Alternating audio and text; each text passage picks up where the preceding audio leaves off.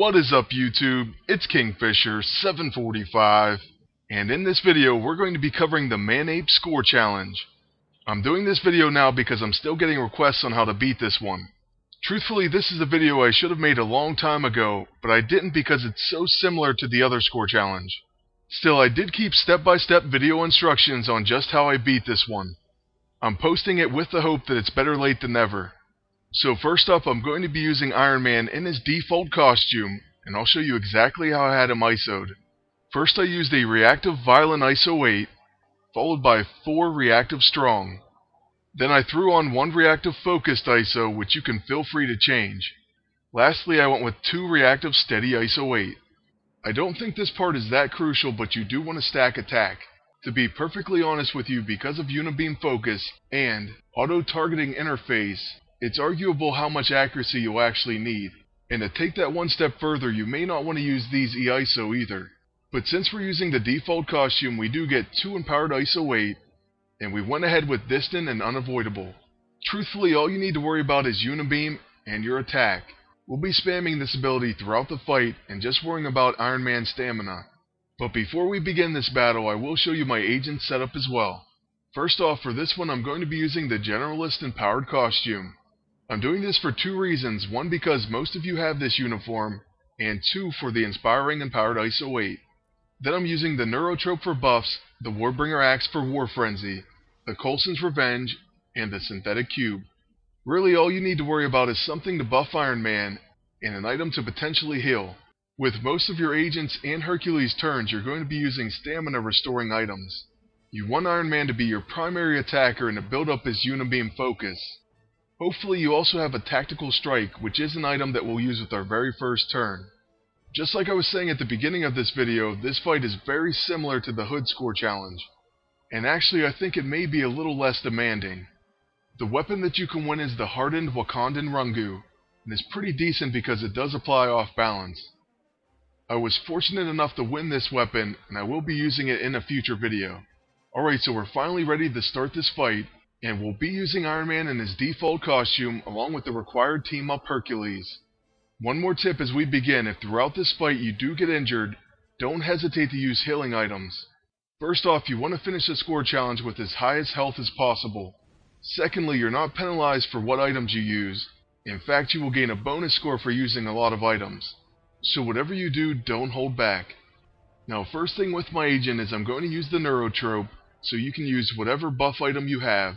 And then we're going to go to our items, then to our defense tab, highlight a Tactical Strike, and then we'll use it on Iron Man. Tactical Strike will grant an extra turn when using a single target attack. This of course goes perfectly along with Uni-beam. So now that it's Iron Man's turn, we're going to use Uni-beam 1 on the bottom Pyro. Then we'll use it a second time on the top Henchman. This is stacking our Uni-beam focus, which increases the damage and accuracy of Uni-beam.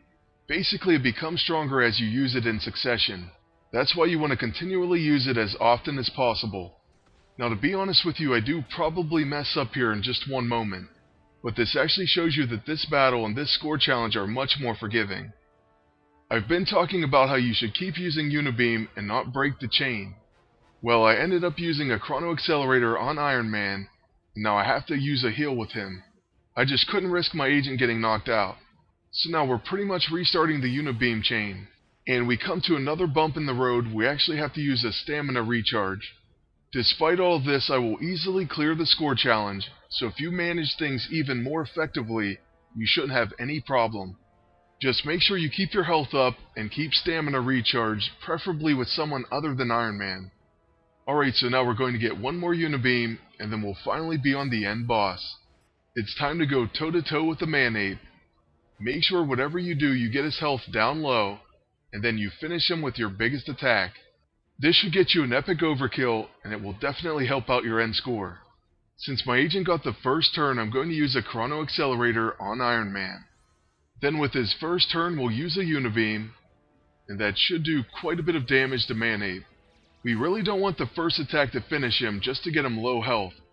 Then we would have done a huge Uni-beam finish, but instead, Coulson's Revenge gets a rare coordinated attack, and that finishes the battle. And at the time I thought it also finished my chances of getting the score challenge. But even with those mishaps, we easily finish above 100,000. So don't get discouraged, you can definitely do this one. Just try your best, and I would advise using the Uni-beam method.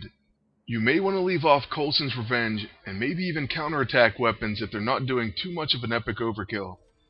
After you complete this task, you should probably gain 10 gold and 1 command point, but it may depend on a few other factors and how far you are on Chapter 5's Mastery. For me, this was the very last thing, and I also got Transient Scarlet Witch. Unfortunately, that alternate costume isn't very good, and I can't recommend it. That is, as far as PvP, and really anything, I'd rather use the default myself. At least that way you can use both of her character and powered ISO 8. But anyways, now during the boss roulette, we take a look once again at the weapon, and hopefully I'm able to win it. Well, I guess I already gave a spoiler when I said I did win it, but apparently it wasn't on this attempt. Instead, I got a pretty worthless weapon, a Neural Wave Disruptor. Hopefully someday they implement a system where you can trade these in or do something with them. I know they mentioned doing something with junk items, so I'm trying to hold on to as many as I can. Maybe they should do some sort of a disenchantment type of method. Let me know what you think in the comment section below. As far as this score challenge video, we're coming to the very end. I'll be getting back to Spec Ops 18 videos very soon. I just wanted to try to help out those who are still having trouble with this particular challenge. So yes, I hope it helps, and I want to thank you all for watching. Please like, comment, and subscribe, and until next time, good luck, and take care.